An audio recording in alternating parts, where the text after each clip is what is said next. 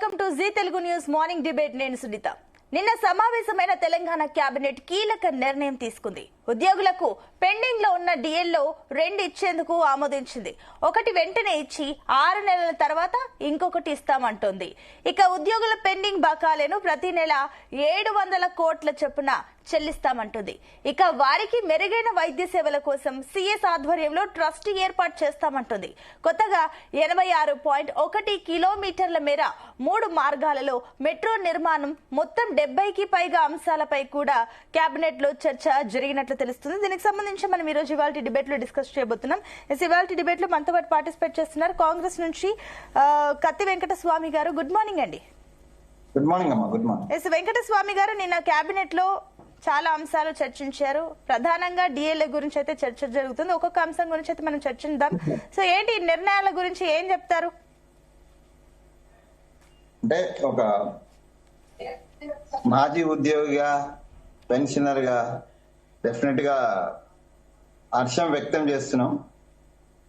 సరే, ఉన్న ఆర్థిక స్థితిని గతంలోనే మేము ప్రజానికానికి, మీడియాకు అందరికీ తెలియజేసాం. ఆర్థిక స్థితిగతులంతా కూడా స్టేట్ కి సంబంధించి దాని దృష్ట్యా ఒక పద్ధతి ప్రకారము స్లోగా ఉద్యోగస్తుల యొక్క డిమాండ్స్ అనుకోండి, లేకపోతే వాళ్ళ రైట్స్ అనుకోండి, అవన్నీ కూడా తీర్చేటువంటి క్రమంలో ఇది ఒక ముందడుగు వేసినారు.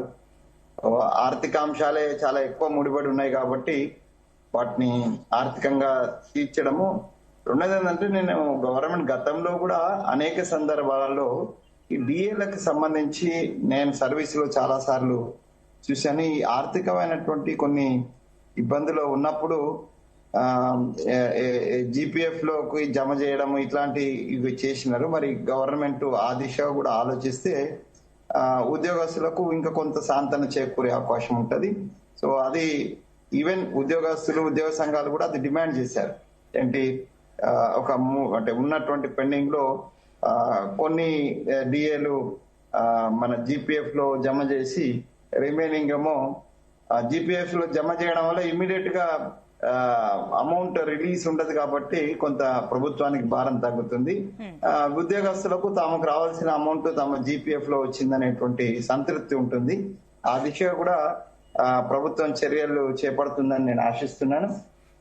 ఇంకా మిగతా అంశాలంటే ఈ పెండింగ్ బిల్స్ ఏవైతున్నాయో, పర్టికులర్ గా I to support the demand of the retired employees ఎవరైతే ఉన్నారో, తర్వాత వాళ్ళకి సంబంధించిన మెడికల్ బిల్స్ కావచ్చు, లేకపోతే ఈ పెన్షన్ బెనిఫిట్స్ ఏవైతున్నాయో అవి చాలా ఆలస్యం అయినాయి ఇప్పటికే. సో ఇంకా ఆలస్యం చేయకుండా ముందుగా ఎవరైతే రిటైర్ అయిపోయిన పెన్షనర్స్ ఉన్నారో వాళ్ళకి సంబంధించినటువంటి అమౌంట్స్, చాలా మంది వాటి మీద ఆశలు పెట్టుకొని ఉన్నారు. వాళ్ళు కొన్ని ప్లాన్స్ చేసుకొని ఉంటారు. సో పెళ్లిళ్ళు అనుకోండి, పిల్లల పెళ్లిళ్ళు అనుకోండి, ఇల్లు కట్టుకోవడం అనుకోండి, లేకపోతే పిల్లలు విదేశాలకు పోతే వాళ్ళకి సంబంధించినటువంటి సపోర్ట్, ఇవన్నీ ఉంటాయి. కాబట్టి దాన్ని కూడా ప్రభుత్వం వెంటనే ఈ 700 కోట్లు కాకపోతే ఇంకా పెంచైనా కూడా దాన్ని సమర్థవంతంగా అంటే వాళ్ళకు అందించాలని నేను కోరుకుంటున్నా. ఉద్యోగాల పక్షాన, అలాగే కాంగ్రెస్ పక్షాన కూడా కోరుకుంటున్నాం. మేము we are trying our level best, our government is trying our level best to resolve all the problems. ఇంకా మిగతా సమాజంలో ఉన్నటువంటి వాళ్ళు కూడా ఉన్నారు. పర్టికులర్ గా ఫీజు రియంబర్స్మెంట్ కి సంబంధించి కూడా నిన్న కూడా నేను ఒక సమావేశంలో మా నరేందర్ రెడ్డి గారు, ముఖ్య సలహాదారు నరేందర్ రెడ్డి గారు ఉండేది. సో వారికి కూడా విన్నపం చేయడం జరిగింది. నాన్ ప్రొఫెషనల్ కాలేజెస్ ఏవైతే ఉన్నాయో, non professional colleges only 800 crores సంబంధించినటువంటి పెండింగ్ ఉన్నాయి.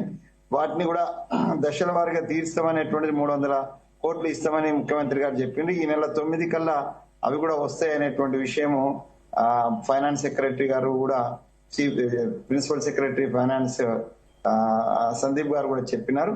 సో నరేందర్ గారు కూడా చెప్పినారు. అవి కూడా వెంటనే రియంబర్స్మెంట్ కూడా వస్తుంది.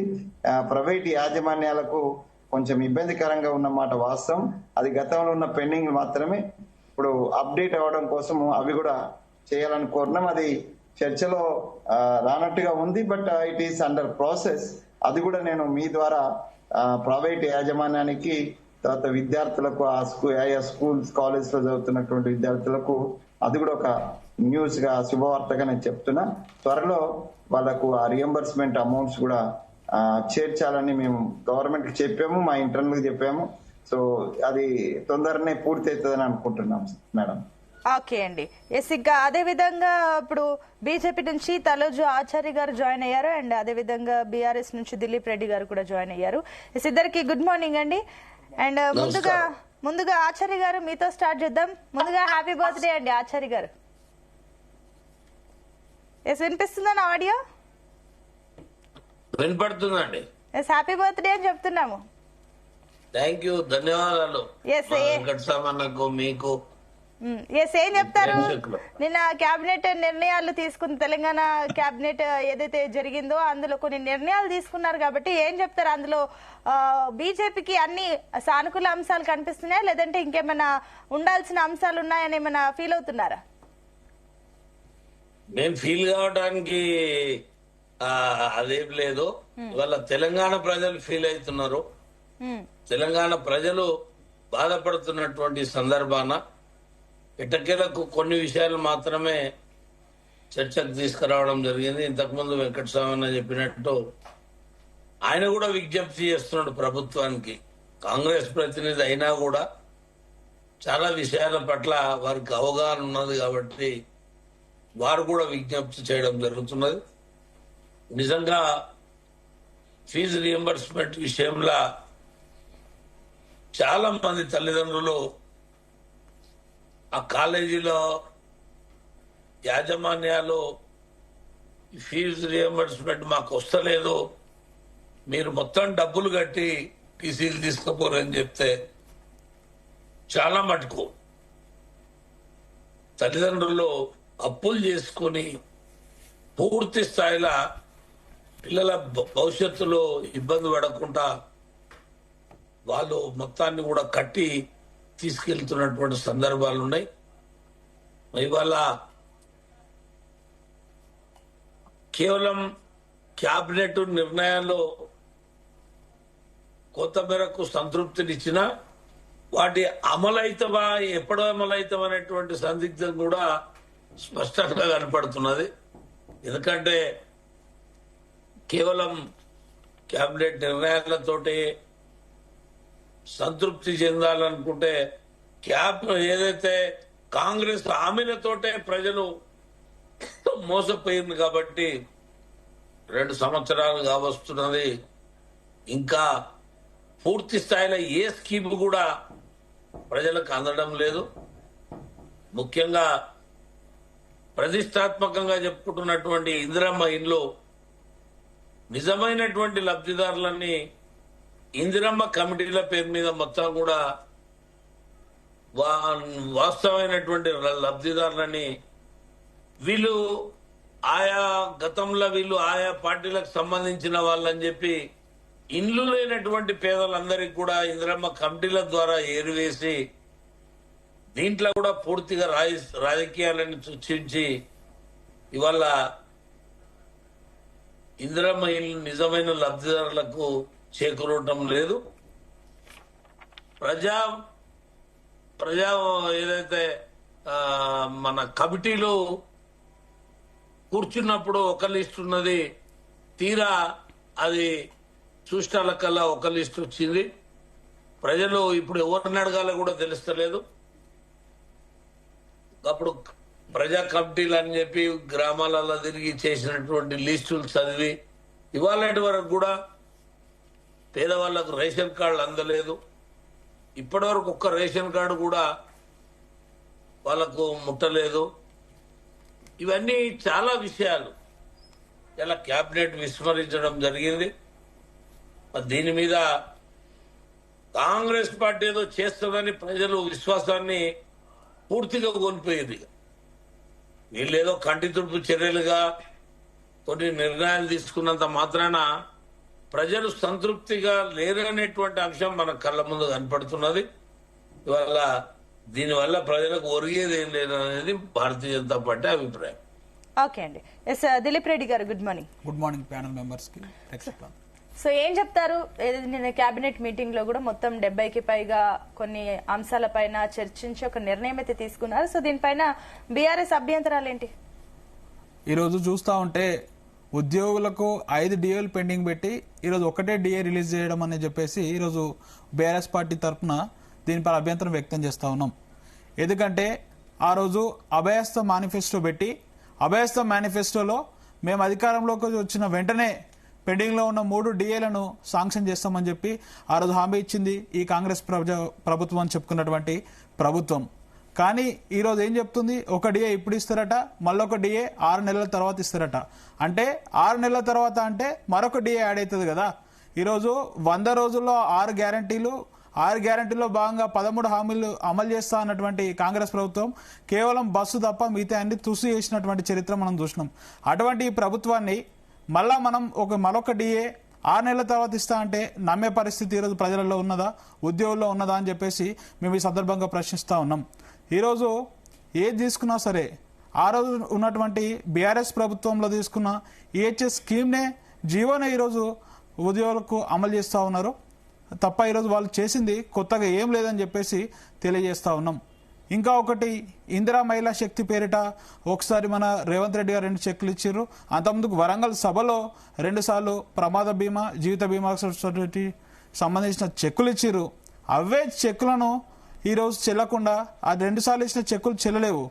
ఈరోజు మళ్ళీ క్యాబినెట్లో వాటికి ఆమోదం తెలుపుతున్నాడు. అంటే 2 సార్లు ఇచ్చినటువంటి చెక్కులు చెల్లలేవని వాళ్ళే ఒప్పుకున్నట్టు కదా అని చెప్పేసి ఈ సందర్భంగా మేము అడుగుతా ఉన్నాము. ఇదే విధంగా ఈరోజు జాబ్ క్యాలెండర్ అని చెప్పేసి ఆనాడు చెప్పిండు, ఇంతవరకు అది అమలే కాలేదు. వీళ్ళు ఇస్తానటువంటి హామీలు ఈ టైం బౌండ్లో అమలైతే అని చెప్పేసి ఖచ్చితంగా నమ్మేటువంటి పరిస్థితి ఈ రాష్ట్రంలో ఎవరు నమ్మట్లేరు. ముఖ్యంగా ఉద్యోగులు అయితే అసలే నమ్మట్లేరు. ఈరోజు ఎవరు ఒప్పుకున్నా ఒప్పుకోకున్నా ఈ కాంగ్రెస్ ప్రభుత్వం వచ్చిందంటే దాంట్లో ఉద్యోగులకు చాలా కీలక పాత్ర అని చెప్పేసి మనందరికి తెలుస్తూ ఉన్నది. ఈరోజు వాళ్ళు ఒప్పుకోవాలా? కానీ ఈరోజు అటువంటి ఉద్యోగులకే ఈరోజు వాళ్ళు మొండి చేయి చూపిస్తూ ఉన్నారు అనేది నిజంగా శోచనీయటువంటి అంశము. ఇదే కాకుండా అసలు పిఆర్సీ ఊసే లేదు ఈ కేబినెట్ నిర్ణయంలో. కాకపోతే వాళ్ళు ఎలక్షన్లకు ముందు ఏం చెప్పిర్రు? మేము అధికారంలోకి వచ్చిన వెంటనే 6 నెలలలోపు పిఆర్సీ అమలు అన్నారు. ఇంతవరకు కమిటీలు వేస్తూ కాలయాపన తప్ప ఇంతవరకు వాళ్ళు పిఆర్సీని అమలు చేసినటువంటి దాఖలా లేదు. నిన్నటి జరిగినటువంటి కేబినెట్ నిర్ణయంలో పిఆర్సీ ఊసే లేదని చెప్పేసి ఈ సందర్భంగా తెలియజేస్తా ఉన్నాము. అంటే ఇప్పుడు ఒకటండి దిలీప్ రెడ్డి గారు, ఇప్పుడు డిఏల గురించి అంటున్నారు కాబట్టి గత 10 ఏళ్ల పాలనలో డిఏల గురించి ప్రస్తావిస్తే మరి మీరేం చేస్తారు? మా ప్రభుత్వంలో ఆ రోజు ఉన్నటువంటి కరోనా పరిస్థితులను తట్టుకొని కొన్ని డిలే అయితే కూడా మేము క్లియర్ చేస్తూ వచ్చినాము. ఆ రోజు ఏవైతే కొన్ని పెండింగ్ లో ఉన్నాయో కొన్ని మాత్రం పెండింగ్ లో ఉన్నాయి. ఆ రోజు 5 మీలాగా 5 పెండింగ్ పెట్టలే అన్న. 5 పెండింగ్ పెట్టి 6 నెలల తర్వాత మరొకటి ఇస్తా అంటే 6 అయినాయి. అభయస్థ హామీలో మీరు ఏం చెప్పారు వెంకటస్వామి గారు? అభయస్థ హామీలో ఏం చెప్పారు? వచ్చిన వెంటనే 3 డిఏలు క్లియర్ చేస్తామని చెప్పేసి మీరే కదా చెప్పింది. ఈ రోజు మీరు ఇచ్చిన హామీలను మేము ప్రశ్నిస్తా ఉన్నాము. ఈ రోజు మేము అప్పుడు చేసినటువంటి ఆ రోజు పరిపాలనకు ప్రజలు మరొకసారి పట్టం కట్టిరు. తర్వాత జరిగిన వాటికి మాకు ఒక తీర్పు ఇచ్చి మేము దాన్ని గౌరవిస్తా ఉన్నాం, ప్రతిపక్ష స్థానంలో కూర్చున్నాము. ఈ రోజు మీరు హామీ ఇచ్చి అధికారంలోకి వచ్చిన తర్వాత ఏం చేస్తున్నారని ప్రశ్నిస్తా ఉన్నాము. ఆ రోజు పెండింగ్ లో ఉన్న 3 డిఏలను వెంటనే అమల్లోకి తీసుకొస్తాము, వెంటనే రిలీజ్ చేస్తామని చెప్పి అభయస్థ మేనిఫెస్టోలో పెట్టింది మీరు కాదా వెంకటస్వామి అన్న? ఒకసారి చెప్పండి. మీరు పెట్టిరు కదా, మేము దాన్నే ప్రశ్నిస్తా ఉన్నాము. కొత్త మేమేం అడగట్లేము, వాళ్ళు చెప్పినే అడుగుతున్నాం కదా. ప్లస్ ఇంకొక డిఏ 6 నెలల తర్వాత అంటే 6 నెలల తర్వాత మరొక డిఏ యాడ్ కదా. చెప్పండి వెంకటస్వామి గారు, మీరు ఆ డిఏ కూడా ఇస్తానంటున్నారు కదా. ఒకసారి ఆయన మాట్లాడిద్దాం. ఎస్ వెంకటస్వామి గారు ఏం చెప్తారు దీనిపైన? పిఆర్సీ కూడా అడగండి. ఇప్పుడు నేను స్వయంగా దిలీపే చెప్పినాడు 3 పెండింగ్ లో ఉన్నాయని వాళ్ళ టైంకే. అవి కూడా మేము ఇస్తామని చెప్పినామని చెప్తున్నాము. మేము ఇవ్వమని ఏమక్కడ అనలేదు. నేను ఒక సొల్యూషన్ కూడా ఇందాక మీకు చెప్పాను, that can be added in to the GPF, దాంట్లో కూడా యాడ్ చేయాలనేటువంటిది ప్రభుత్వ సలహాదారులు ఎవరైతే ఉన్నారో ఎడ్యుకేషన్ సిస్టమ్ లో కానీ ఎంప్లాయీస్ లో వాళ్ళకు కూడా మేము చెప్తున్నాము. సో కొంత వాళ్ళకున్న అవగాహన లోపం కారణంగా కూడా అది జరుగుండొచ్చు. రెండోది ఏంటంటే ఇప్పుడు ఈ హామీలకు సంబంధించి సరే చారణ చెప్పినట్టుగా ఒకవేళ నాకున్న సమాచారం నిన్న ఒక డిస్కషన్ లో నేను ఉంటిని. సో సో దాని ప్రకారం ఇందిరమ్మ ఇళ్లకు సంబంధించి అంటే రియల్ గా పార్టీలకు అతీతంగా లబ్ధిదారులకు వచ్చింది అనేటువంటిది చాలా దిక్కుల నుంచి రిపోర్ట్ వచ్చినది చారణ. ఎక్కడన్నా నిజంగానే మీరు అన్నట్టుగా పార్టీ పేరు చెప్పి నిజమైనటువంటి లబ్ధిదారులకు ఒకవేళ రాకపోయినట్టు ఉంటే దాన్ని నేను కూడా వ్యతిరేకిస్తాను. డెఫినెట్ గా దాన్ని కైండ్లీ అంటే ఒక కన్స్ట్రక్టివ్ వేలో నేను చారణ గారు ఒక కన్స్ట్రక్టివ్ యాక్టివిస్ట్ కాబట్టి నేను ఆయనకు చెప్తున్నా. సో అది కైండ్లీ అది ఒక నోటీస్ తీసుకొచ్చినట్టు దాన్ని రెక్టిఫై చేసేటువంటి అవకాశం ఉంటుంది. సరే, దిలీప్ రెడ్డి గారు చెప్తున్నటువంటి అంశాలు మేమిచ్చిన హామీల మీద చారి గారు కావచ్చు, లేకపోతే అంటే బీఆర్ఎస్ కావచ్చు, బీజేపీ కావచ్చు, డెఫినెట్ గా అడిగి నిలదీసి మమ్మల్ని అడిగేటువంటి పూర్తి హక్కు ప్రతిపక్ష నేతలుగా ప్రజాపక్షంగా వారు వివరించడానికి మాకు అభ్యంతరం లేదు. కానీ బీఆర్ఎస్ చేసిన విధ్వంసం, ఆర్థిక విధ్వంసం నుంచి కోలుకోవడానికి చాలా కష్టం అవుతుంది. దిలీప్ గారు అంటే మీరు కూడా ఒక ఎడ్యుకేటెడ్ అంటే చారణకు కూడా తెలుసు. సో దాని నుంచి కొద్దిగా కష్టం అవుతుంది. మేము ఇచ్చిన టైం బాండ్ ఏదైతే ఉన్నదో ఆ టైం బాండ్ లోపు పూర్తి చేయాలని మేమే మా పార్టీలోనే మేమే డిమాండ్ చేస్తున్నాము. దాంట్లో డౌట్ ఏం లేదు. మేము ఒక్కొక్కటి పూర్తి చేస్తున్నాము. But it is a time bond. మీరు అన్నట్టుగా అనుకున్నటువంటి వాగ్దానంలో 100 రోజులని ఉత్సాహంతో చేసినటువంటి కొన్ని వాగ్దానాలలో ఆ టైం బాండ్స్ కాకపోయినా డెఫినెట్ గా we are 1 by 1 we are doing. And గత ప్రభుత్వము 10 ఏళ్లలో నెగ్లెక్ట్ చేసిన అనేక రంగాలు, ఉద్యోగ రంగం ఉన్నది అనుకోండి. సో మేము రాగానే అటెండ్ చేసినాం. ఈ ప్రమోషన్స్ అనుకోండి, ఇదే ఉద్యోగస్తులు ఎంత పెద్ద హడావిడి చేసి పెద్ద సభ పెట్టినటువంటి సందర్భం ఉన్నది.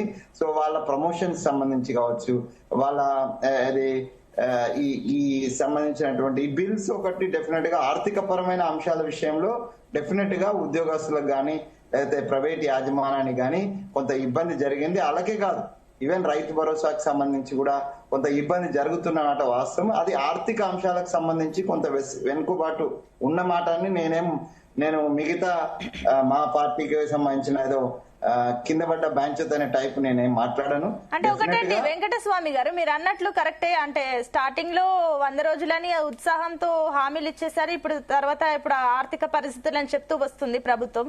కానీ ఇప్పుడు ఇంకొకటి ఏంటంటే కూడా డిఎల్ఎల్లో ఇప్పుడు 5లో 2 ఇస్తాం, అది కూడా ఒకటి ఇప్పుడు. అండ్ ఇంకొకటి ఇందాక దిలీప్ గారు చెప్పినట్లు 6 నెలల తర్వాత మరొకటి, ఈలోపు ఇంకొకటి యాడ్ అవుతుంది. అండ్ ఇంకొకటి పిఆర్సీని అయితే అటకెక్కిచ్చేసారని చెప్పేసి మా కమెంట్లు వస్తున్నాయి. ఏం చెప్తారు దీనికి? పిఆర్సీ మీద చర్చ కమిటీ జరుగుతుంది.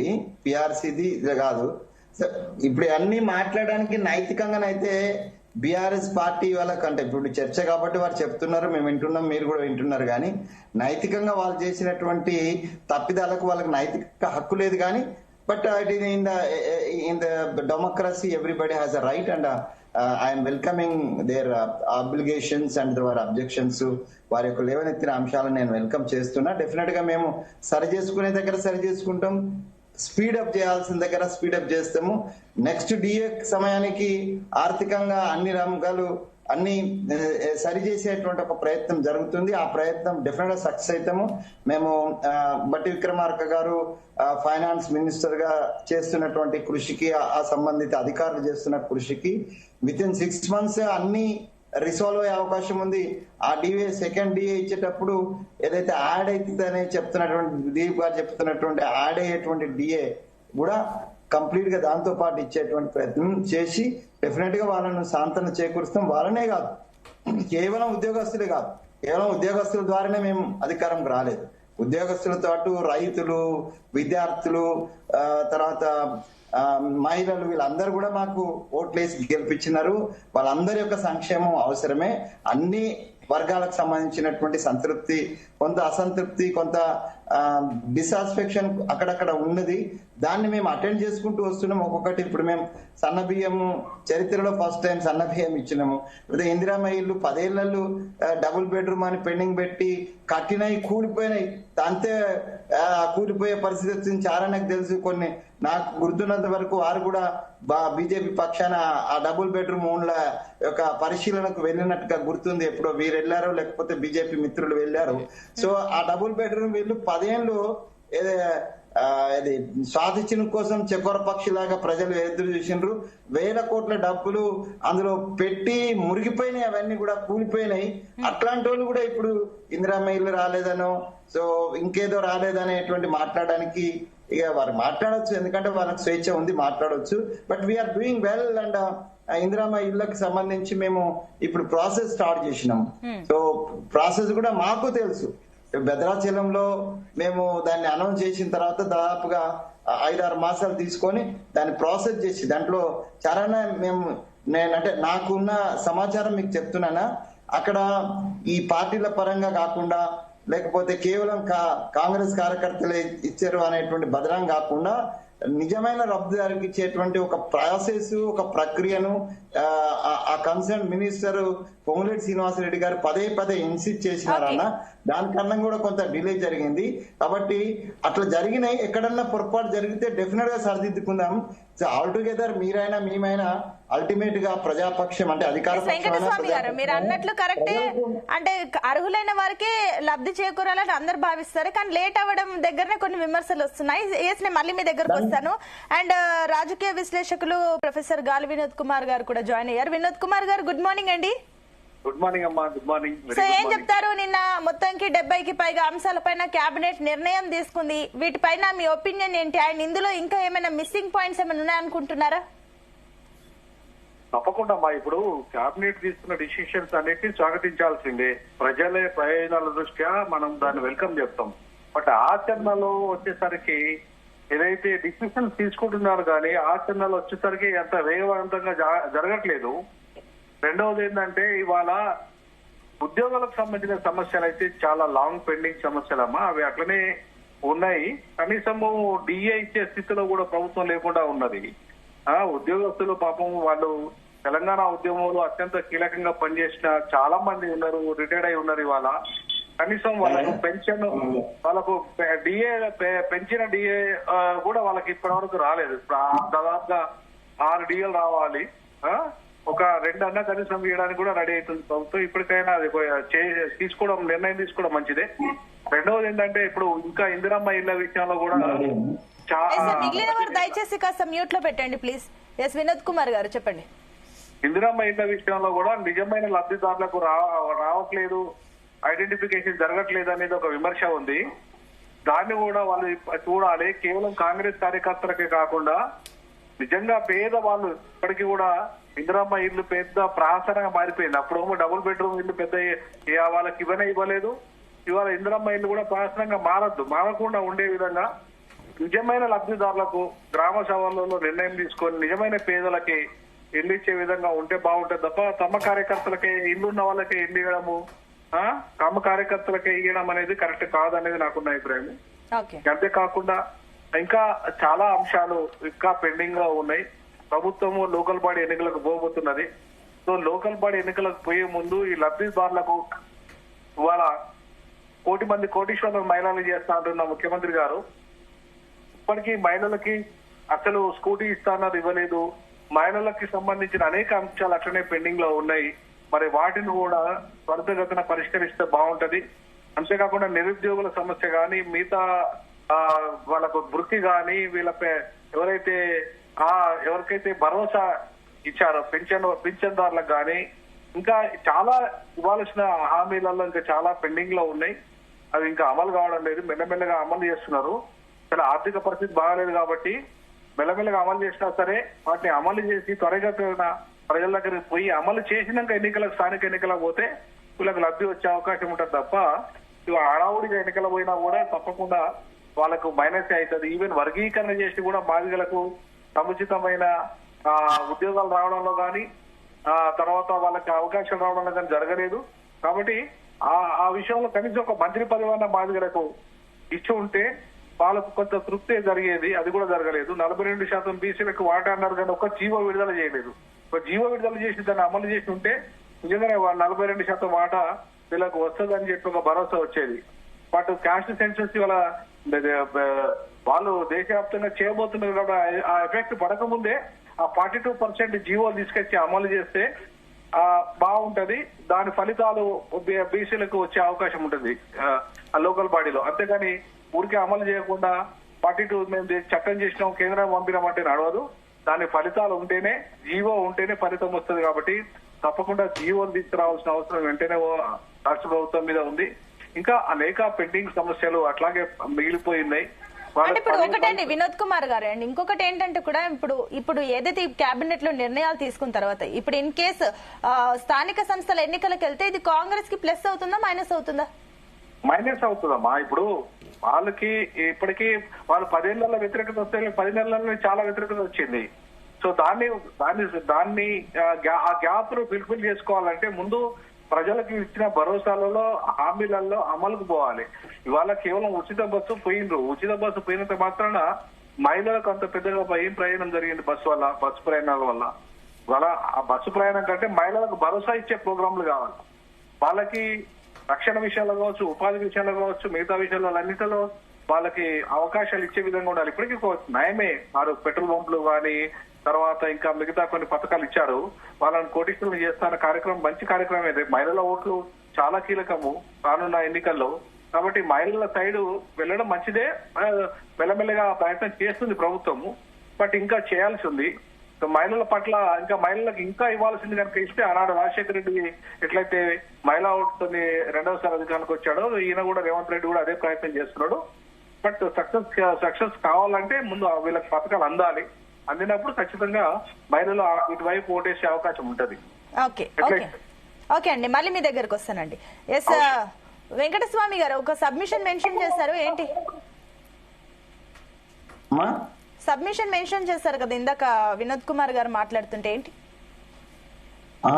అంటే వినోద్ జీ అంటే చెప్తున్న దాంట్లో ఇప్పుడు మేము కేవలము మన ఈ లోకల్ బాడీ ఎలక్షన్స్ ను దృష్టిలో పెట్టుకొని మేము ఇలా కేబినెట్ నిర్ణయాలు తీసుకోలేదు. If that is the case, local bodies లో ఉన్నటువంటి రైతులకు దీనికి సంబంధించినటువంటి ఎక్కువ మాట్లాడే అవకాశం ఉంది. ఒకటి. రెండో విషయము, కేంద్రం నుంచి అంటే 42% సంబంధించింది కేంద్రానికి పంపడం జరిగింది. కేంద్రం నుంచి రావడానికి సమయం తీసుకోవచ్చు. కేంద్రం నుంచి వచ్చినా రాకపోయినా మేము మా పార్టీ పరంగా 40 కాదు, మోర్ దెన్ 40-50% వరకు రేపు వచ్చేటువంటి సర్పంచ్లలో లేకపోతే జడ్పీటీసీలలో మున్సిపాలిటీలలో మోర్ దెన్ 50% అభ్యర్థులను మేము మా పార్టీ పక్షాన డెఫినెట్ గా బీసీలకు అవకాశం ఇస్తాము. దీంట్లో ఏమాత్రం సంశయం లేదు. అది రాజ్యాంగబద్ధంగా వచ్చినటువంటి యాజ్ అండ్ టుడే అయితే 22 పిఆర్ఎస్ పుణ్యమాని అది 33 నుంచి 22కు వచ్చేసింది. సో అది ఆ 22 అయితే రాజ్యాంగబద్ధంగా ఎట్లా ఉంటది. బట్ దానికి మేము దాదాపుగా 30 జోడించైనా మేము డెఫినెట్ గా పార్టీ పరంగా మేము ముందుకెళ్తాం. And it will be compulsion for the other parties to go for the more than 50% అనేటువంటి సిచ్యువేషన్ వస్తుంది. డెఫినెట్ గా బీసీలకు ఈ 42% ఏదైతే మేము ఉన్నదో, మేము జీవో వచ్చినా రాకపోయినా, జీవో అధికారికంగా వచ్చినా రాకపోయినా మేము దానికి కట్టుబడి ఉన్నాం. పార్టీ పరంగా ఆ పర్సెంటేజ్ ని మేము ఫుల్ఫిల్ చేస్తాం. More than that we are going to fulfil. మంచి మాట అండి, మళ్ళీ వస్తానండి. ఎస్ ఆచార్య గారు, సో మీరేం చెప్తారు? ఇంకొకటి ఏంటంటే నిర్ణయాల్లో కూడా ఆయన ఇంకోటి ప్రధానంగా మెట్రో 2వ దశకు కూడా ఓకే చెప్పారు. ఈ లెక్కన చూస్తే కూడా 2024లో అప్పుడు పంపిన డిపిఆర్ కు సంబంధించి ఇంతవరకు కేంద్రం నుంచి ఒక క్లారిటీ రాలేదు. కాబట్టి ఏం చెప్తారు దీనికి?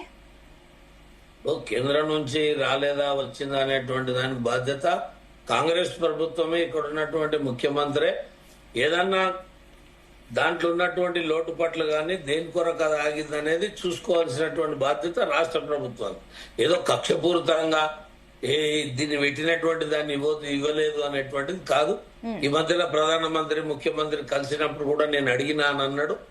అడిగినప్పుడు దానికి ఏమేమి రెటిఫికేషన్ చేయాలి, ఏమేమి అక్కడ వాళ్ళు టెక్నికల్ ప్రాబ్లమ్స్ ఏం చెప్పారు అనేది కూడా చూసుకొని దాన్ని సాధించాల్సినటువంటి అవసరం వచ్చింది. గతంలో ముఖ్యమంత్రి చెప్పిండు, నేను ఎయిర్పోర్ట్ సాధించిన, లేకపోతే అక్కడ మిలిటరీ స్థలాన్ని మొత్తం కూడా నేను ప్రధానమంత్రిని ఒప్పించి తీసుకొచ్చిన రాజ్నాథ్ సింగ్ గారిని. ఇవన్నీ ఒప్పించినప్పుడు కేంద్రం ఒప్పుకుంటున్నప్పుడు ఇది కూడా నువ్వు ఒప్పియాలి, కేంద్రం ఒప్పుకుంటది. ఇవాళ 2వ దశని ఈయన ఎక్కడ పోతే అక్కడ నేను ఎక్స్టెన్షన్ చేస్తానని వాగ్దానాలు చేస్తున్నది ఆయన. వాస్తవమైనటువంటి దాన్ని ఏదైతే మెట్రోని పూర్తి చేయాలనో దాన్ని పూర్తి ఏ రకంగా చేయాలి, దానికి ఉన్న బడ్జెట్ ఏంది, కేంద్రం ఎంతవరకు ఇవ్వాలి, కేంద్రం ఏ రకంగా సహకరించాలనేది కూడా కేంద్రం దగ్గర అన్ని రాష్ట్రాల ప్రతిపాదనలు ఉంటాయి. ఈ రాష్ట్రం యొక్క ప్రతిపాదన కూడా ఈ రాష్ట్ర ప్రభుత్వమే వెళ్లి ఆ సంబంధిత అధికారులు మంత్రులను కలిసి దాన్ని సాధించాల్సినటువంటి అవసరం ఉంటుంది. ఒకవేళ ఏదన్నా అవసరం ఉన్నప్పుడు ఇక్కడ ఉన్నటువంటి మా కేబినెట్ మినిస్టర్ ఉన్నారు, మా సహాయ మంత్రులు ఉన్నారు, ఖచ్చితంగా వాళ్ళు కూడా సహకరిస్తారు. ఎందుకంటే ప్రధానమంత్రి ఏమో ఇవ్వాలని అనుకుంటున్నాడు, ఇక్కడ ఉన్న కేబినెట్ మినిస్టర్ ఇవ్వద్దని ఆ రకంగా ఏదైతే బాధ కలిగించేటువంటి మాటలు గతంలో మనం విన్నాం. అట్లాంటిది కాకుండా సమన్వయంతో పోతే సాధిస్తామనేటువంటి అభిప్రాయం. ముఖ్యంగా ఇంతకుముందు వెంకటస్వామి చెప్పిండు ఇందిరమ్మ ఇండ్ల విషయంలో. నేను ఇందిరమ్మ ఇండ్లు కమిటీలకు ప్రాధాన్యత ఇచ్చిన తర్వాతనే గవర్నమెంట్ అధికారులు చేతులు ఎత్తేసారు. వాళ్ళ మేము ఎక్కడ పోయి అడిగినా సార్ వీళ్ళకు పూరి గుడిస్తుంది, మీరు ఎందుకు దీన్ని తొలగించారు అంటే అది ఇందిరమ్మ కమిటీ తొలగించింది, మా చేతులు ఏం లేదు, కమిటీ ఏది నిర్ణయిస్తే అది చేస్తామన్నారు. అధికారులు ఈవెన్ కలెక్టర్కి వెళ్ళి కింది స్థాయి వరకు ఏ అధికారి కూడా ఇందిరమ్మ ఇళ్లలో వాళ్ళకి హక్కు లేదు. కమిటీ ఏది నిర్ణయిస్తే అని. కమిటీ ఎవరు? కాంగ్రెస్ కార్యకర్తలు. కాంగ్రెస్ కార్యకర్తలు వాళ్లకు ముఖ్యమంత్రి చెప్పిన మాట ఎక్కడ కూడా వాళ్ళు వినలే. అక్కడ లోకల్లా ఇల్లున్నా లేకున్నా వాళ్ళ కార్యకర్తలకు మాత్రమే సెలెక్ట్ చేసిరు. ఫస్ట్ ఏమో న్యాయబద్ధంగా లిస్టు 10 మందిలో చదివిరు, తర్వాత వాళ్ళ లోపల కూర్చున్నారు. ఇప్పటి వరకు గ్రామాలల్లో ఏ గ్రామ పంచాయతీ దగ్గర లీస్ట్ అతికివ్వలేదు వీళ్ళకి ఇల్లు వచ్చినాయని. ఎందుకంటే ఆ పేర్లు చూస్తే గ్రామాలలో లొల్లవుతుందని వీళ్ళే సీక్రెట్ గా ఆ గ్రామ ఇందిరమ్మ కమిటీ వాళ్ళే పోయి సర్టిఫికెట్ ఇచ్చి వాళ్ళే పోయి ముగ్గు వస్తున్నారు. ఎంతవరకు ఇది వాళ్ళ పారదర్శకత? అధికారులు ఉంటే ప్రతిపక్షాలు కూడా పోయి అడగగలుగుతాయి. ఇప్పుడు ఇందిరమ్మ కమిటీని పోయి రాజకీయ పార్టీ ఏ రకంగా అడుగుతుంది? కాబట్టి ఇవాళ రేషన్ కార్డులు ఇవ్వలే, ఇవాళ ఒక్క కొత్త పింఛన్ విషయంలో మాట్లాడలే. ఇప్పుడు చాలా మంది గతంలో టీఆర్ఎస్ ప్రభుత్వం ఉన్నప్పుడు 2 సంవత్సరాల నుంచి పెన్షన్లు ఆగిపోయినాయి. ఆ తర్వాత ఈయన వచ్చి 2 ఏళ్ళు అయినాయి, 4 ఏళ్ళు. ఎలిజిబిలిటీ వచ్చిన వాళ్ళకు ప్రజలకు ఏం చెప్పారు? 57 ఏళ్లకే పింఛన్ ఇస్తున్నారు. అంటే 3 ఏళ్ళు మేము తగ్గించి ఇస్తామని చెప్పి ఎలక్షన్లు అప్పుడు చెప్పారు. ఇవాళ 57 ఏళ్లకే పింఛన్ ఇవ్వాలనుకుంటే చాలా మంది అర్హులు, ఇవాళ వికలాంగులు అర్హులు ఉన్నారు, వృద్ధులు అర్హులు ఉన్నారు, భర్తలు చనిపోయినటువంటి వితంతువుల అర్హులు ఉన్నారు. వాళ్ళ విషయాలు లేవు. ఆరోగ్యశ్రీ ఆటకెక్కింది. ఏ హాస్పిటల్లో పోయినా ఆరోగ్యశ్రీ మీద వైద్యం అందించటం లేదు. ఎందుకంటే మాకు బిల్లులు బోలెడు బిల్లులు పెండింగ్ ఉన్నాయి. ఆరోగ్యశ్రీ అంటే మీరు వెళ్ళిపోండి ఇక్కడికి వెళ్ళంటే అప్పులు సప్పులు చేసి హాస్పిటల్లో ప్రాణాలు కాపాడుకోవడానికి వాళ్ళ జీవితంకు సంబంధించిన మొత్తం ఆస్తులు అమ్ముకుంటున్నారు. దీని మీద చర్చ లేదు. ఇప్పుడు ప్రభుత్వము గొంతమ్మ కోరికలు తీరకుండా సరే మీ 6 అమలు మీరు ఏదో అట్లా పిట్టె ముట్టినట్టు చేసిర్రు. దాన్ని మేము చర్చ అంటలేం. రావాల్సినటువంటివి, ఇవ్వవలసినటువంటివి, ఆరోగ్యశ్రీ లాంటివి, లేకపోతే ఫీజు రియంబర్స్మెంట్ ఇవి ఇలా వాళ్ళకు డబ్బులు ఇవ్వకపోతే మీరు ఒక్క విషయం గుర్తుంచుకోండి. ప్రైవేట్ స్కూళ్ళల్లో రాజశేఖర్ రెడ్డి ఉన్నప్పుడు ఒక స్కీమ్ ని ప్రవేశపెట్టిండు. ఎస్సీ విద్యార్థులకు వాళ్లకు మొత్తాన్ని కూడా ప్రభుత్వమే భరించి చేయాలని 3 ఏళ్ల నుంచి వాళ్ళకు ₹1 కూడా ఇస్తలేరు. వాళ్ళ యాజమాన్యాలే డబ్బులు ఖర్చు పెట్టి ఇవాళ పిల్లల్ని ఎలగొట్టలేక, పిల్లలు రాలేక సతమతమవుతారు. ఏ విషయాల మీద కూడా క్లారిటీ లేదు. ఏమన్నంటే గత ప్రభుత్వం బాగలేకనే కదా ప్రభుత్వం మిమ్మల్ని ఇచ్చింది. ఇవాళ అనేక అంశాలని గాలికి వదిలేసి ఇవాళ 2 PRCలు ఇస్తామని, మళ్ళీ 6 నెలలకు ఒకటి ఇస్తామని, అంటే చెప్తుండేమో 2 తర్వాతనేమో ఒకటి 6 నెలలకు. ఇక 6 నెలలకు వస్తుందా? ఇక మనం చూస్తలేవా రైతు బంధు రేపు ఓకే అండి ఆచార్య గారు, మళ్ళీ మీ దగ్గరికి వస్తానండి.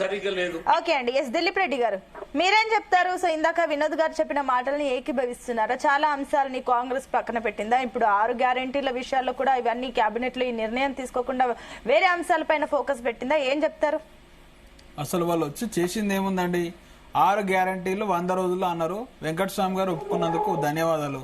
అప్పుడేదో ఉత్సాహంలో చెప్పినామని చెప్పేసి అప్పుడేదో ఉత్సాహంలో చెప్పిర్రు, అధికారంలోకి వచ్చినాక ఉత్సవ విగ్రహాల లెక్క చూస్తా ఉన్నారు. ఏమన్నా ఉద్యోగులు ఏమన్నా అడిగితే డిఏలు అడిగితే మమ్మల్ని ఏమన్నా కోసుకొని తింటారా అనేమన్నా ఉద్యోగులను మానసికంగా నైతికంగా క్షోభకు గురి చేసినటువంటి పరిస్థితి కూడా ఈరోజు స్వయాన రాష్ట్ర ముఖ్యమంత్రి వర్యులు చేసినటువంటి ఉద్యోగుల గురించి మాట్లాడే చరిత్ర వెంకటస్వామి గారు కోసుకొని తింటారా అన్నది స్వయాన ముఖ్యమంత్రి గారా లేదా అని మీరు ఒకసారి చెప్పండి. ఇంతవరకు చరిత్రలో ఎవరన్నా ముఖ్యమంత్రి అట్లా చేసిరా? ఎవరన్నా బయటికి పోతే దొంగ లెక్క చూస్తున్నారు చెప్పేసి ఏదండి తెలంగాణ రాష్ట్ర పరిస్థితి ఏంటి తీసుకొచ్చారండి? అందాల పోటీలను చెప్పి పెడుతూ ఈరోజు రాష్ట్రంలో ఒక పరువుని ప్రపంచవ్యాప్తంగా తీసే ప్రయత్నం చేసినటువంటి చరిత్ర మీ కాంగ్రెస్ సంబంధించినటువంటి మీ రేవంత్ రెడ్డి గారికి ఇద్దరు అత్యంత దగ్గరి వ్యక్తుల మీద ఆరోపణలు వచ్చినాయి. కమిటీ రిపోర్ట్ చూసుకోండి. ఈ రోజు మీరే కదా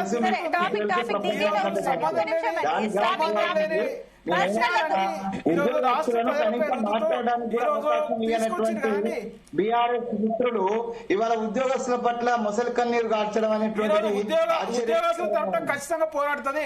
వెస్ట్ బెంగాల్ లో ఈ విధంగానే డిఏలు పెండింగ్ పెడితే కోర్టుకు పోయి వాళ్ళు సాధించుకొచ్చిరండి. ఈ రోజు బీఆర్ఎస్ పక్షాన్ని కూడా చెప్తా ఉన్నాము. ఈ రోజు వాళ్ళకేమన్నా లీగల్ సపోర్ట్ అవసరమైన ఉద్యోగుల తరపున పోరాటానికి ఖచ్చితంగా బీఆర్ఎస్ పార్టీ సిద్ధంగా ఉన్నది. ఈ రోజు మీరు ఇస్తున్నటువంటి హామీలు ఇచ్చే వరకు మా పార్టీ వారి ప్రజల పక్షాన ఉంటది, ఉద్యోగుల పక్షాన ఉంటది. ఒకటి మీరు అంటున్నారు ఉద్యోగులకు సంబంధించి బీఆర్ఎస్ నిజంగా అంత చిత్తశుద్ధి ఉంటే మరి ఇందాక వెంకటస్వామి గారు ఒక కమెంట్ వేశారు. వాళ్ళ గురించి మాట్లాడుతుంటే గతంలో ఉద్యోగులు ధర్నాలు చేస్తా అంటే ధర్నా చౌక్లు ఎత్తేసారు, అసలు వాళ్ళని కనీసం మాట్లాడనివ్వలేదు. ఇప్పుడు మీరు వాళ్ళకి సపోర్ట్ చేస్తున్నారు. ఎందుకు ఈ ద్వంద్వ వైఖరి బీఆర్ఎస్ కి? మా ద్వంద్వ వైఖరి ఏం లేదండి. ఈ రోజు తెలంగాణ ఏర్పడక ముందు 2014 ముందు జీతాలేండి. ఈరోజు 2023లో డిసెంబర్ వరకు ప్రభుత్వ ఉద్యోగుల జీతాలు ఎంత అని చెప్పేసి బేరీజ్ వేసుకోండి. ఈరోజు కేసీఆర్ గారి హయాంలో ఈ దేశంలో అత్యంత ఎక్కువ జీతాలు అందుకున్నటువంటి ఉద్యోగులుగా మన తెలంగాణ రాష్ట్ర ప్రభుత్వ ఉద్యోగులు వెలుగొందినటువంటి చరిత్ర గత బీఆర్ఎస్ ప్రభుత్వంలో ఉన్నది అని చెప్పేసి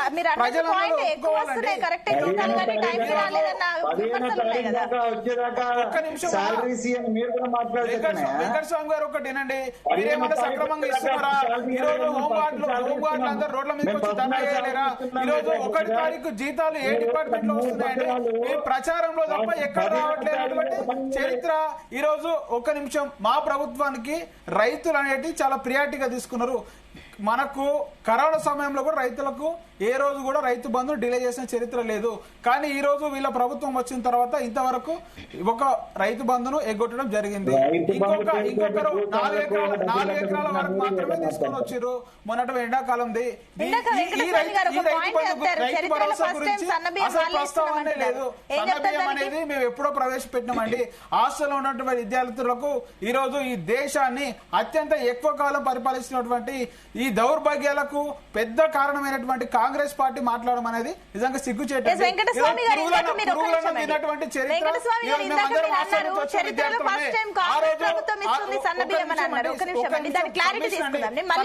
సన్నబియ్యం కంప్లీట్ చేయనివ్వండి, తర్వాత మీరు వెంకటస్వామి తీసుకోండి. నేను గదే ఉస్మానియా యూనివర్సిటీలో తెలంగాణ రాకముందు నుంచి ఇప్పటి నేటి వరకు కూడా ఉన్నాను. ఆ రోజు ఏ విధంగా ఉండే పరిస్థితి, ఈ రోజు ఏ విధంగా ఉంది పరిస్థితి స్వయాన కళ్ళతో చూసినవండి. ఆ రోజు పురుగులన్నం ఎన్నిసార్లు వచ్చి విద్యార్థులు ఎన్నిసార్లు ధర్నాలు చేసినాము. హాస్టల్ విద్యార్థులకు సన్నబియ్యం తీసుకురావాలని చెప్పేసి ఈ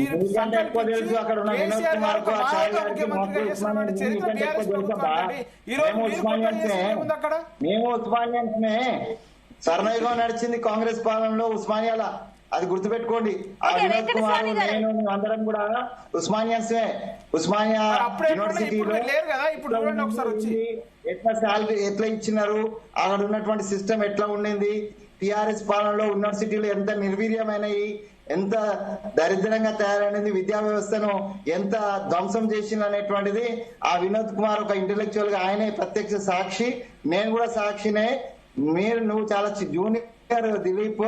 మేము as a students, as a teachers, as a ఉద్యోగకారులుగా మేము ఉస్మానియా యూనివర్సిటీని లేకపోతే మిగతా యూనివర్సిటీస్ ని లేకపోతే విద్యారంగాన్ని మొత్తం వడబోసిన వాళ్ళం.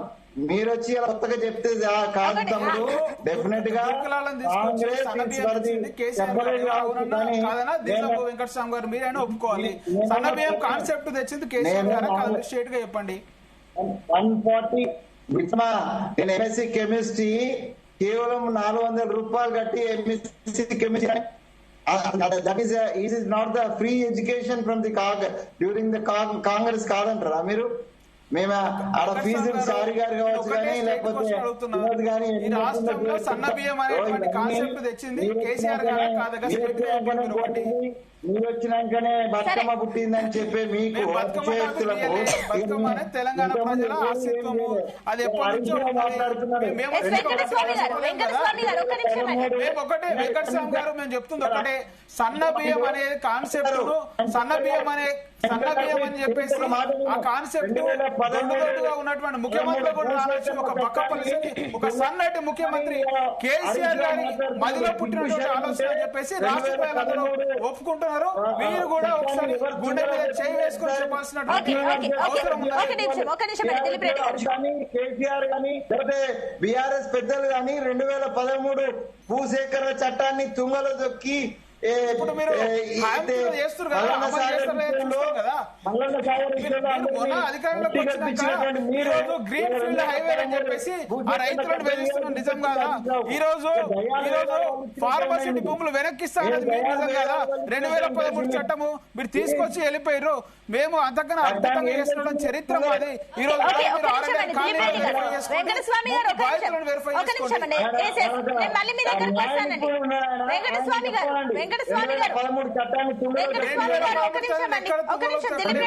వినోద్ గారితో మాట్లాడదాం. ఎస్ వినోద్ గారు చెప్పండి, ఏం చెప్తారు? ఇప్పుడు 2 వాదనలు వింటున్నారు, ఏం చెప్తారు?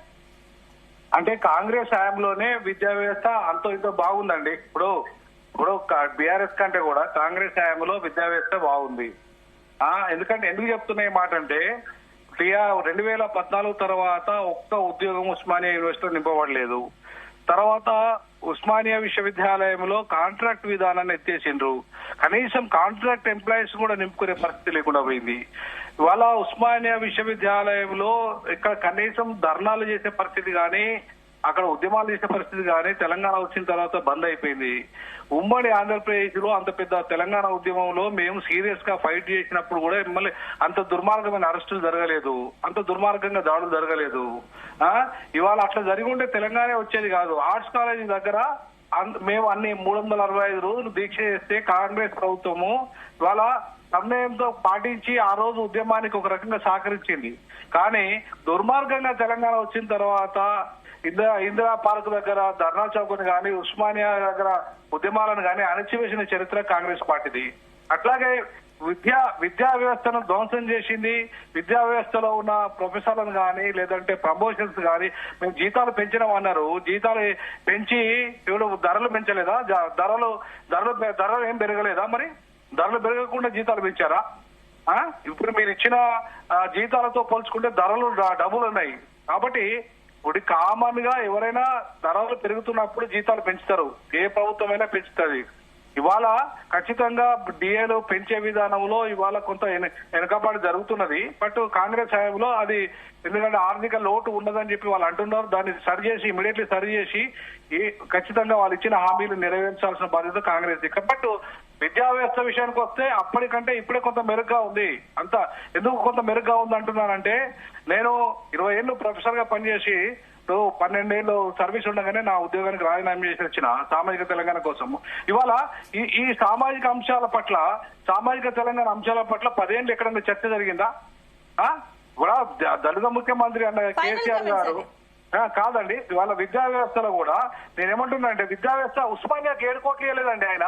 10 ఏళ్లలో విద్యార్థుల స్కాలర్షిప్లు బకాయిలు 7 కోట్లు ఇవ్వలేదు ఆయన. స్కాలర్షిప్లు ఇవ్వలే. పొరగాళ్ళు ధర్నా చేస్తే వాళ్ళని అరెస్ట్ చేసి దుర్మార్గంగా జైల్లో పెట్టిండు. 7 కోట్లే. మేము తెలంగాణ తెచ్చిన విద్యార్థులుగా తెలంగాణ చేస్తే వాళ్ళకి 7 కోట్ల బకాయిలు ఇవ్వలేదు ఆయన. 7 కోట్ల బకాయిలు ఇవ్వకుండా మాట్లాడే చరిత్ర ఉందా? కనీసం మాట్లాడే నైతిక హక్కు ఉందా వాళ్ళకి?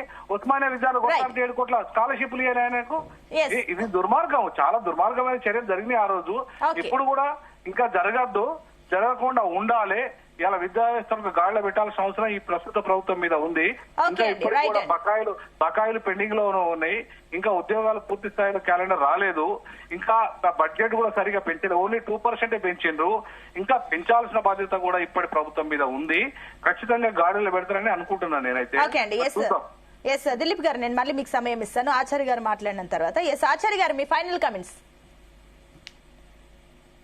నిన్న జరిగినటువంటి కేబినెట్ తీర్మానాలు పేద ప్రజల సంక్షేమం విషయంలో ఈ రాష్ట్ర ప్రభుత్వం విస్మరించింది. ఇవాళ పిఆర్సీ విషయంలో కూడా ఇస్తున్న 2 పిఆర్సీలు ఒకే దఫాలో ఇచ్చినుంటే కొత్త ఊరట కలిగేది. మళ్ళీ 6 నెలల అనడాల కల్లా మళ్ళా ఒక పిఆర్సీ జాయిన్ అవుతుంది. దానివల్ల పిఆర్సీల యొక్క సంఖ్య పెరగడం, ఉద్యోగులకు సరైన విధంగా వాళ్ళకు విషయంలో అయితే వాళ్ళకు సాటిస్ఫై ఉండదు. కాబట్టి కనీసము క్యాబినెట్ లో తీసుకున్నటువంటి దాన్ని 2 పిఆర్సీలు ఒకే దఫా ఇవ్వాలి. పెండింగ్ ఉన్నటువంటి 6 నెలల తర్వాత మిగతా పెండింగ్ ఉన్నది పూర్తి చేయాలనేటువంటిది మా డిమాండ్. ఓకే అండి. దిలీప్ రెడ్డి గారు, మీ ఫైనల్ కమెంట్స్. ఈరోజు గాలి వినోద్ కుమార్ గారు మాట్లాడుతూ ఆనాడు ప్రభుత్వం కంటే ఈనాడు ప్రభుత్వంలో విద్యార్థులు గానీ హాస్టల్ గానీ పరిస్థితి బాగుందనడం ఈరోజు నిజంగా వారి విజ్ఞతగా వదిలేస్తా ఉన్నాం. ఎందుకంటే ప్రజలందరూ రోజు మనం పేపర్ గానీ టీవీ గానీ చూస్తే ఈరోజు పురుగులు అన్నం తిని విద్యార్థులు అస్వస్థత అని చెప్పేసి చనిపోయారని చెప్పేసి మన వార్తలు చూస్తా ఉన్నాం. ఈ రోజు అటువంటి పరిస్థితుల్లో కూడా వీళ్ళదే బాగుంది అంటే ప్రజలందరూ గమనిస్తా ఉన్నారు. విద్యార్థులు అని అన్నారు, విద్యార్థి లోకం మొత్తంగా చెప్తా ఉన్నాము. ఇంకా ఒకటి మీరు మాట్లాడేటప్పుడు నేను డిస్టర్బ్ చేయలేను. ఇంకా ఒకటి ఏంటంటే చివరికి పిచ్చాసుపత్రిలో కూడా వారికి కూడా అస్వస్థతకు గురయ్యే పరిస్థితి ఈ రోజు మన ఈ తెలంగాణ ప్రభుత్వం కాంగ్రెస్ ప్రభుత్వంలో చూస్తా ఉన్నాం. నిన్నగాక మొన్న మనకి ఏం జరిగిందో అందరం చూస్తున్నాం. ఇంకా ఒకటి ఉద్యోగుల తరఫున ఒకటి ఏంటంటే పిఆర్సీ ఊసే లేదు, దయచేసి వెంటనే పిఆర్సీకి సంబంధించిన దాన్ని కొలిక్కి తీసుకొచ్చి వెంటనే పిఆర్సీ అమలు చేయాలని చెప్పేసి మేము బీఆర్ఎస్ పార్టీ పక్షాన డిమాండ్ చేస్తాం. వెంకటస్వామి గారు, మీ ఫైనల్ కమెంట్స్. అండ్ నేను సాధారణంగా ప్రతిపక్షాల నుంచి వచ్చినటువంటి అటు చారి గారు లేకపోతే దిలీప్ గారు, అదే అనలిస్ట్ గా ఉన్నటువంటి వినోద్ గారు ఏవేవైతే ప్రభుత్వం చేయాల్సినటువంటి అంశాలు ఉన్నాయో, దృష్టి పెట్టాల్సిన అంశాలు ఉన్నాయో వాళ్ళు ఇచ్చిన సజెషన్స్ ను డెఫినెట్ గా హృదయపూర్వకంగా ఆహ్వానిస్తూ డెఫినెట్ గా మేము ప్రజల యొక్క ఆకాంక్షలు నెరవేర్చమని ప్రామిస్ చేసినాం కాబట్టి మాకు పట్టం కట్టిండ్రు. ఆ దిశగా కాంగ్రెస్ ప్రభుత్వం పూర్తి చిత్తశుద్ధితో ప్రయత్నం చేస్తుంది. మీ అందరి సహకారాన్ని మేము కోరుకుంటున్నాం. రైట్ అండి, థ్యాంక్ యూ అండి. డిబేట్ లో పార్టిసిపేట్ చేసిన అందరికీ. మొత్తం మీద ప్రజాపాలన అంటే